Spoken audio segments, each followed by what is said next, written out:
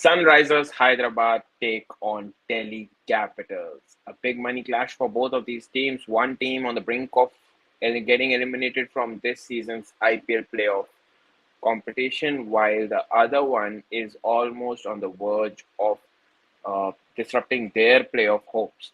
It's very important for these two teams to have some wins, some points here. Delhi Capitals just outside the playoff spots at fifth with 12 points away from home. I think that might be the one thing that is a good news for Delhi Capitals because they have won just two games in the last six games. Joining me is Bharat Ramraj and Abhishek Mishra. Bhattio sir will also join us in a few minutes. But before we dig deeper, it's a very important game for both of these teams. Bharat sir, a clash that might just decide who remains in the playoffs race, especially in the case of Delhi Capitals, who have been structuring till now, especially at their home, a surface that has slowed down and I think didn't work out according to their plans. What are your thoughts on how Delhi Capitals are looking at this point in time? Yeah, they are on a downward slide. There's never a good sign because when you lose momentum, you tend to lose two, three, four, 5 games. That's what usually happens. I've seen it happening a lot of times in league-based tournaments where a team is on top of the table, they lose one or two matches, and then suddenly they lose three, four. So they need this victory a lot more than I guess than obviously Sunrisers Hyderabad. With great respect to Sunrisers Hyderabad, though I know that they're not yet eliminated completely, but with that kind of net run rate, you feel that it is more or less over for them. So it's a very important game for Delhi Capitals, and they're going to play at a stadium where we have seen different kinds of pitches. Sometimes we have seen tracks that are on the slower side, sometimes but on the drier side, sometimes we have seen absolute pancake like wickets. So it would be interesting to see how they go in those conditions if it turns out to be another of those tracks which is on the drier side because they've tended to struggle a little bit in those conditions in the last few matches. I think it depends on basically the track. Even SRH would want an absolute belter of a pitch where all their hitters can really come into play. So I guess both the teams will be looking at the track more than anything else.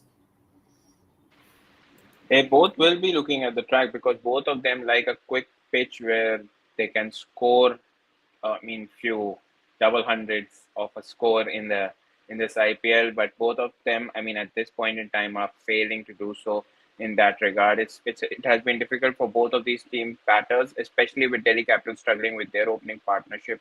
Abhishek, it's an important clash for both of these teams that we have distinguished at this point in time. But do you think that SRH at home might have an upper hand given that they know the conditions well and might just disrupt Delhi's hope into getting the playoffs?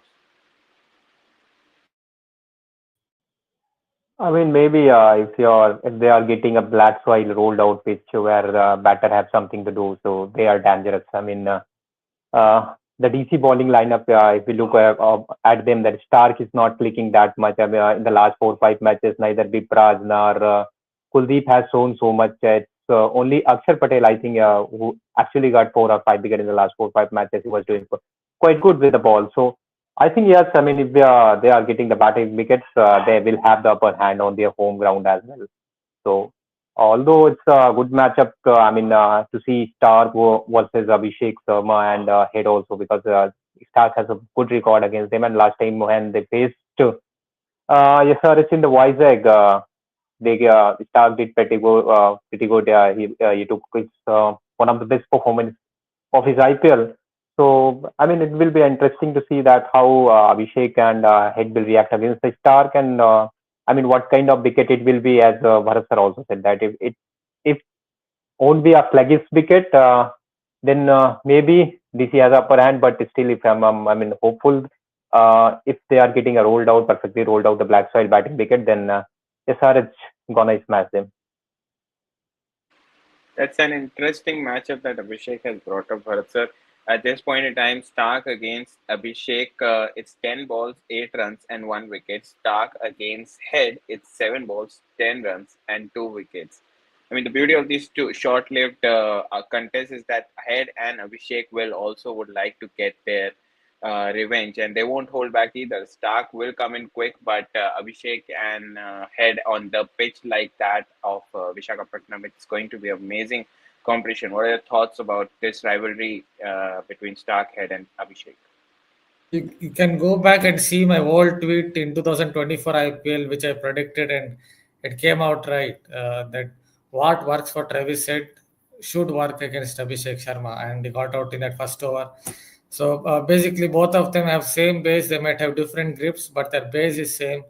It's quite simple. What will Mitchell Stark do is he will try to ball fulls to start with, full he will get that inward angle going so that both of them will play for that inward angle, then hope that the occasional ball will straighten or just nip away a little bit if possible, and take out the off stump. That will be, I think, plan A. Plan B, obviously, a lot of teams this in this IPL have tried it. That is to go wider of off stump and tempt them to play in areas where you can call it as trends through the offside and hope that they will hit it straight to the fielder. So I think these are the two plans which Mitchell Stark has been using it against Travis said, not just in the IPL. Even if you go back to what they used to call, I don't know, 50 or Matador tournament or whatever they used to call in 2016-17. Even from those days, if you watch in Sheffield Shield or for the matter in that 50 over domestic tournament in Australia, Mitchell Stark has got Travis Head out in similar fashion. That's to go full, get that inward angle going. If that works, fine. Otherwise, hopefully, occasional ball will straighten or nip away and take out that off stump. Yeah, if that plan doesn't work, then pull your length back a little bit, go wider of off stump, and tempt both of them to hit through the offside and hope that one of those shots will go straight to the fielder. So that's basically the simple plan. I would again say Mitchell Stark has the upper hand here because of both how both of them play. But yes, if they can get through the first 2 3 overs, then it could be something else. A plan that has been well laid out and explained by Bharat sir here. Abhishek, there is one more bowler that is, I mean, has been phenomenal throughout his career, but has recently been struggling during this IPL, and that's Mohammad Shami, an Indian fast bowler who has been at the top for a long time right now. His fitness has also been concerned, but Daniel Vittori recently said that he's cleared and he's fit for to play. What are your thoughts on Mohammad Shami, his season so far, and how do you see him performing today?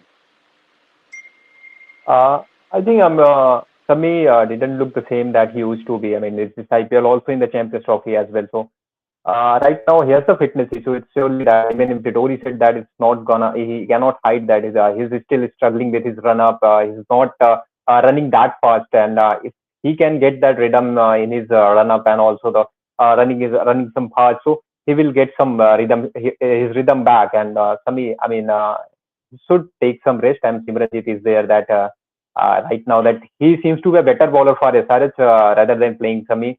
So I don't think that I mean Sami will make any impact right now. Yeah, I have seen some that state team again the Chennai Super King the first ball wicket, but after that we didn't saw anything. I mean that good that level from Sami. So Sami, I mean, should take a rest and he should prepare. He should work on his fitness. He should work on his run up and a lot of things that so he can get back better in the England series. That's what we are hoping. That's everyone is hoping as an Indian cricket fan.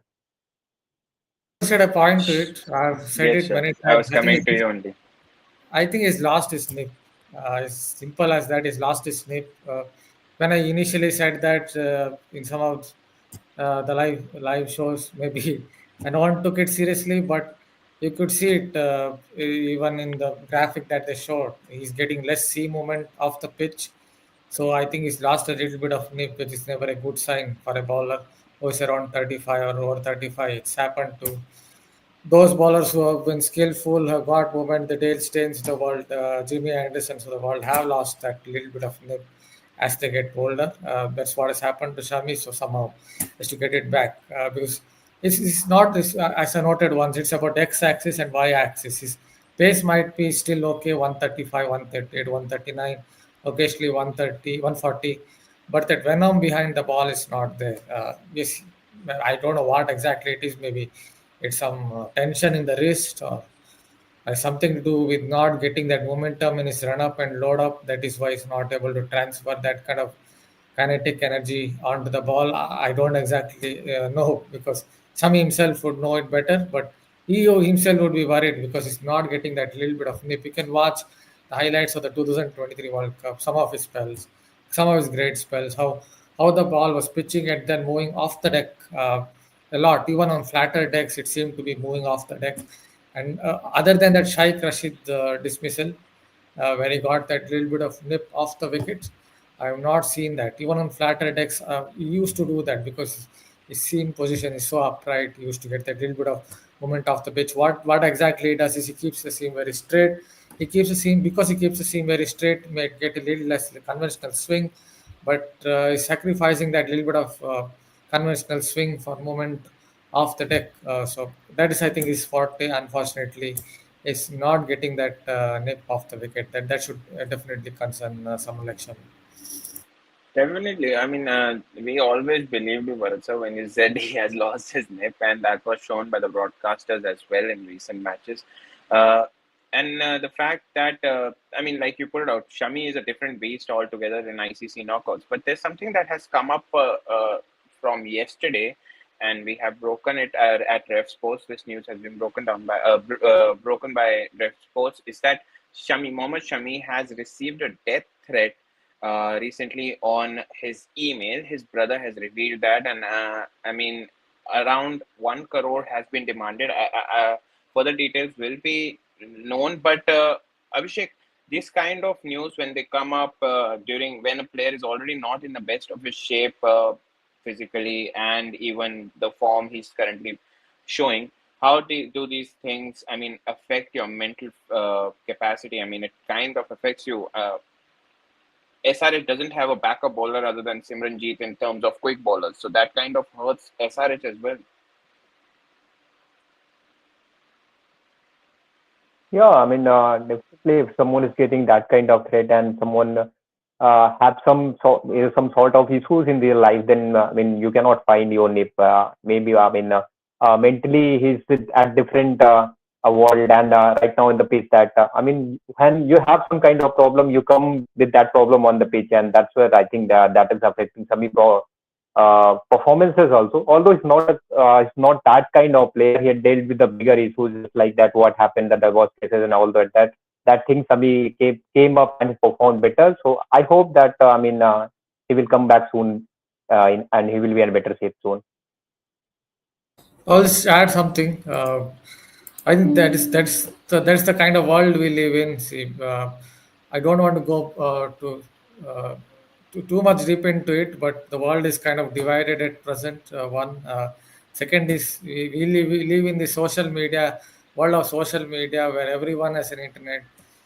So all of them have an opinion. So someone there, I don't know, whoever it is, would have that kind of mindset where he will just go and might give death threat or say something bad, say something abusive.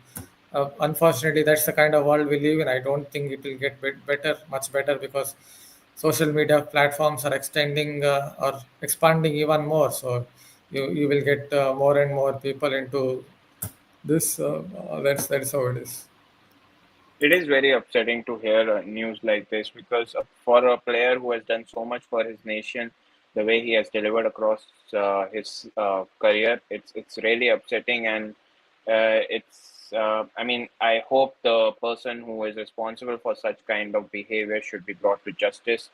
But since we're talking about bowlers, Bharat sir, there's a big news coming in from SRH camp. It's that R. Samran, the 22-year-old Karnataka boy who had replaced Adam Zampa, has now been replaced by Harsh Dubey. And Harsh Dubey was this season for Vidarbha, and even is now holding the record most number of wickets in a Ranji season.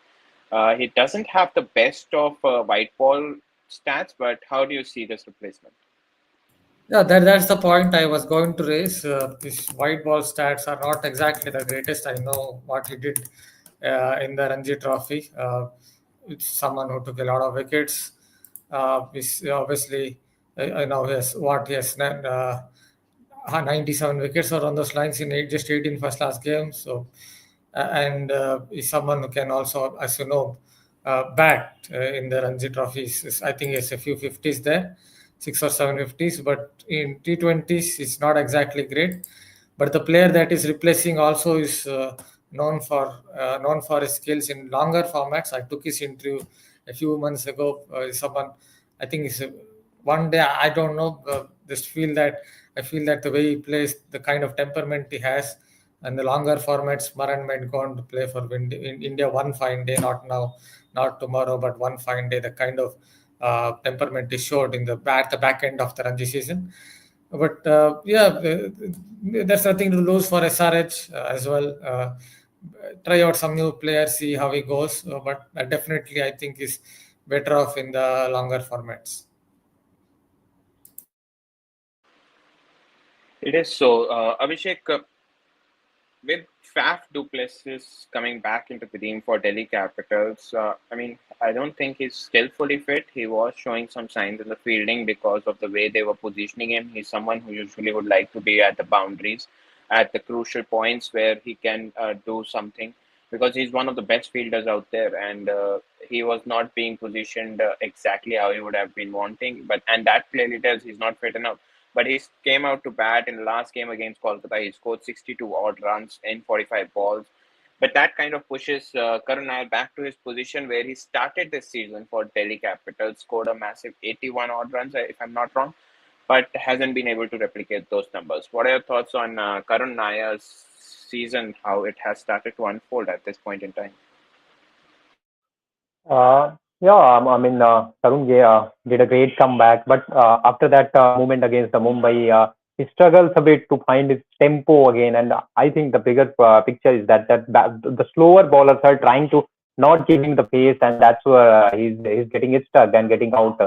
So right now, whatever Tarun is do, I mean, he's looking for some sort of horse bowler because he times very well. And whenever, I mean, he got out against the Markram and also the Yasdayal, if I'm not wrong. So he's kind of struggling against some slower bowler. Also, I mean, some off spinners as well. So I think that he need to readjust his batting, and he need to think of, and he's a better timer of ball. So I, he must be, good at the open, or he must be maybe somewhere else. So that's what the problem is going on with Karun, and also that Places is struggling with his injury, and he's not perfectly fit, and that's where the problem. That's the problem DC has. They are not finding not getting the best of their openers. I mean, from the first match to till now, they are still struggling to find the better matchups to open the inning. So that's where the DC is also liking.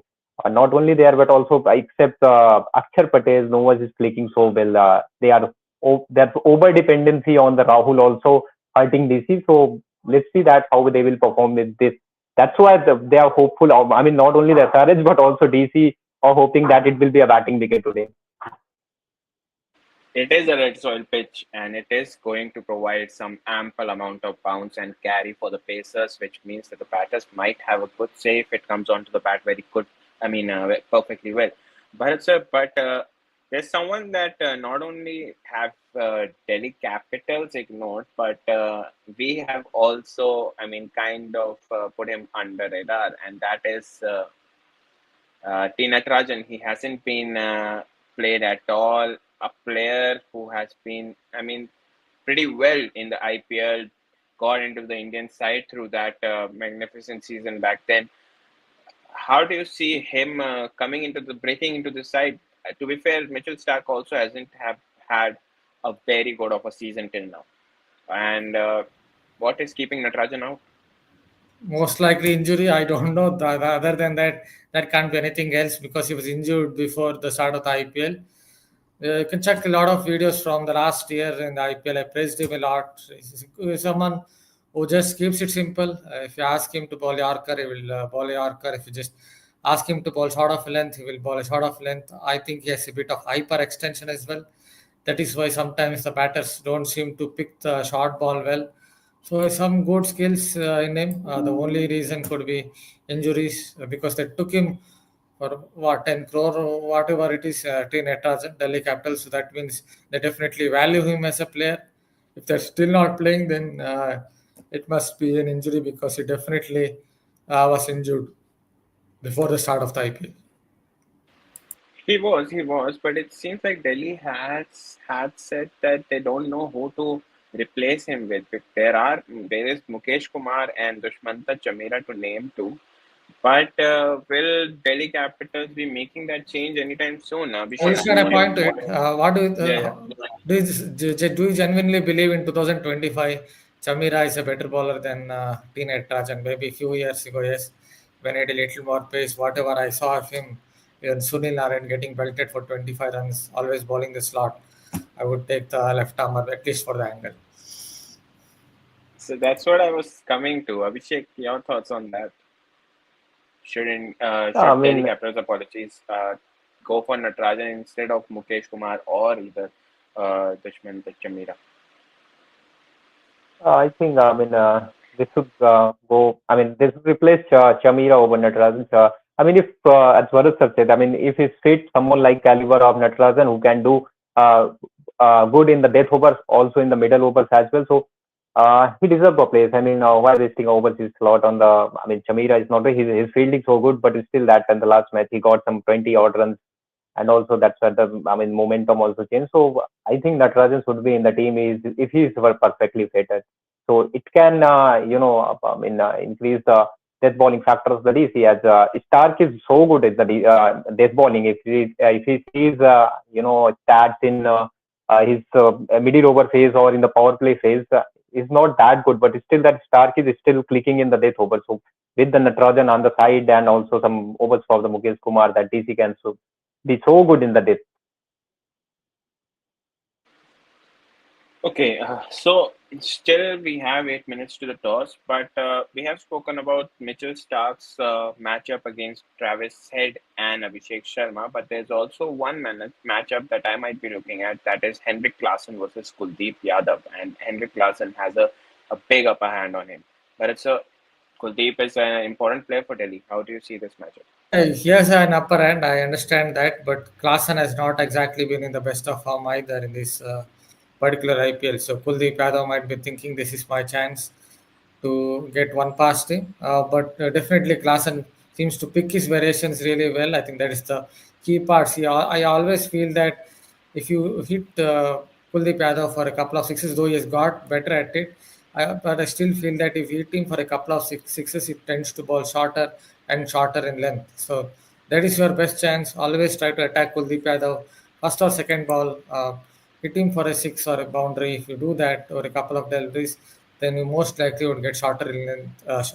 Kuldeep going shorter in length. That's what he basically did in the T20 World Cup final as well. So I think that is what Klaasen would like look to do. Uh, take him on, and then hope that he can play back shorter in length delivery and pull him, play that short arm jab or whatever it is. And on the other hand, yes, Kuldeep Yadav would be definitely thinking this is my chance because Klaasen obviously is not in the greatest of form. He is not in the greatest of forms, and Kuldeep will be eyeing that very keenly. Abhishek, uh, I mean, at this point in time, we have been speaking about a lot of players, and I don't want to miss out on Ishan Kishan and his form. After that 100 in the first game, it has just gone downhill for that, for him, especially. And after Mumbai Indians game, where he just walked off even without reviewing, things started to get a bit tougher for him. I can see Bharat sir smiling, but Abhishek, I'll start with you. Yelling on I something mean, else. Yelling on something else. Okay, okay. Few of them are trolling yeah, me on social media. Okay. Abhishek, yes, continue. yeah. I mean, he's struggling after that 100. I mean, he's shown some temperament against the Chennai. He scored some 42 odd runs, if I'm not wrong. But it's still that in the last match against the Gujarat, we can see that he was the one who, slowed the tempo for the Sarich in the chase against the high chase against the DT. That could have been a better if Ishan could have fired in the power play. So is definitely struggling, not against the fastest, but also against the spinners as well. So right now, I'm thinking that Arthur, maybe that Saris will first look towards the Arthur Kaide over him, that he has a good season also. So if Arthur is coming, he has done good for the Punjab as well in the last season. So I think that it's time for Ishan Kishan to take some rest and with Arthur Kaide play. Okay. We still have 5 minutes, so we'll take a few comments here. Uh, Syed Nizamuddin says, "What a class player Karun Nair is. He is definitely, but right now he's not turning in those scores into big. So he is also struggling a bit right now." I have an additional point to it. I Yes, think he sir. has a problem against Nip Packer. Last game also he got out LBW. If there is something that is held against Karan Nair over a period of time, is that Nip Packer, Vijay Hazare Trophy final, his former Karnataka teammate cleaned him up with a Nip Packer. Last game, again Nip Packer. Australians in 2017 Test Series took him down with a Nip Packer. So if there is something against held against him, I think it is that one delivery. Otherwise, someone when he hits, it seems like you can hear the sweet sound of the willow meeting the leather. But he definitely has an issue. I still don't think he has overcome it. Hopefully, he will do at some point. Okay. So Sayed also says, "What happens when we play T20 cricket with red ball?" Bharat, sir, you want to take this? Like what is he saying? I couldn't get What it. if we play the T20 game instead of the white ball, we play it with the red ball like Test cricket? So you are saying with the red ball T20 game is played. So what will happen? Yeah, obviously the red ball is a little more of a prominent seam. So expect a little more movement. You will expect a little more purchase for the spinners, even if the deck is flat. That's I think that key difference.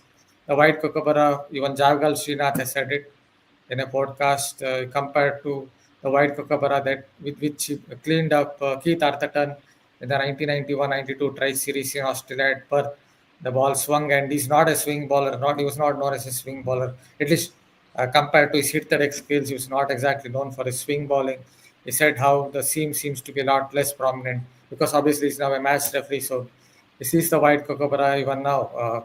And that's what I said. A couple of stitches are less with white Kookaburra, and with red Kookaburra, you will see, I think, a lot more prominent. See, we saw it in Australia recently. I kind of expected the red Kookaburra to move for 15, 20 overs. That's what we used to see in the past in Australia. But the red Kookaburra itself is now moving 25, 30 overs in Australian conditions. I heard that they have tinkered with the seam a little bit. So I think that is the key difference. You would see a little more help for the bowlers. Okay. Sayed says RCB, PPKS, DC, GT, my top four. Abhishek, do you concur with that? Uh, CV, PVKS, DC, and GT. I feel for There's the no MI. GT, there's no MI. Yeah, that's surprising actually. That I mean, for DC, today's match is very important because after that they will play some tough teams.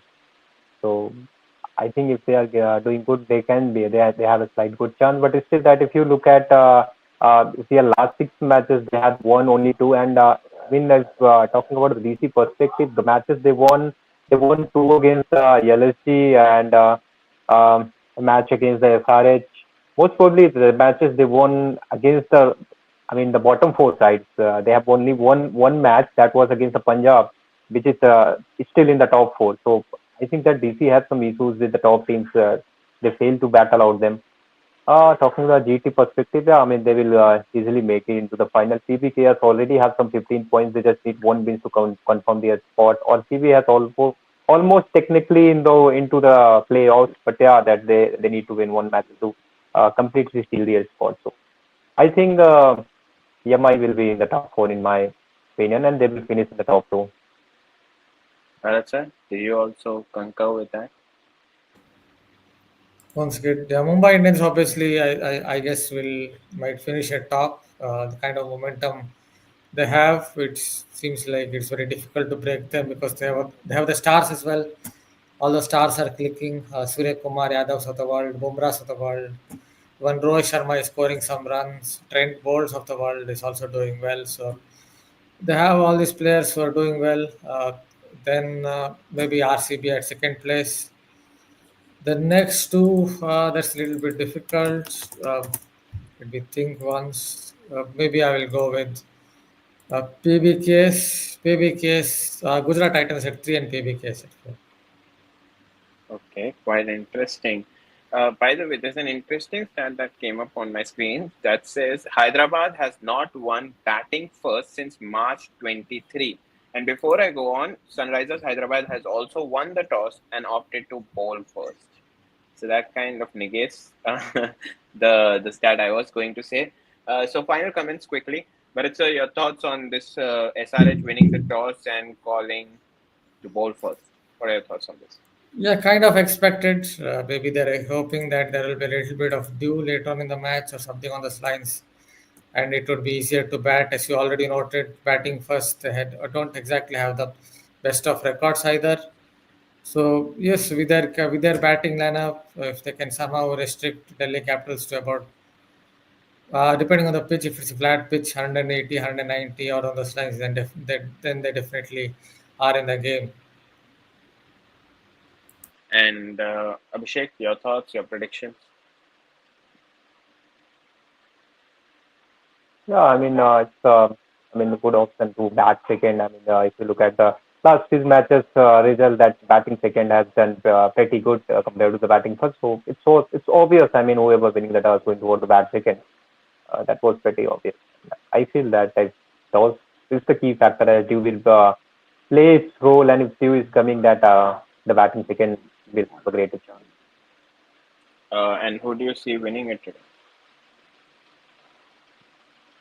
Uh, I mean, maybe not so bad. I mean, if Stark has played against the SRH last time they won, it was 2014, but it's still, I might think that SRH gonna break that jinx today. So yeah, SRH. Okay, so Delhi might stutter more. Bharat sir, you agree with that? Is that what you had? I mean, Maybe I kind of agree because I've always said once that usually I've seen it a lot of times. When a top team tends to lose momentum, they tend to lose two, three, four in a row. So I'm feeling one more loss somewhere is coming for Delhi Capitals.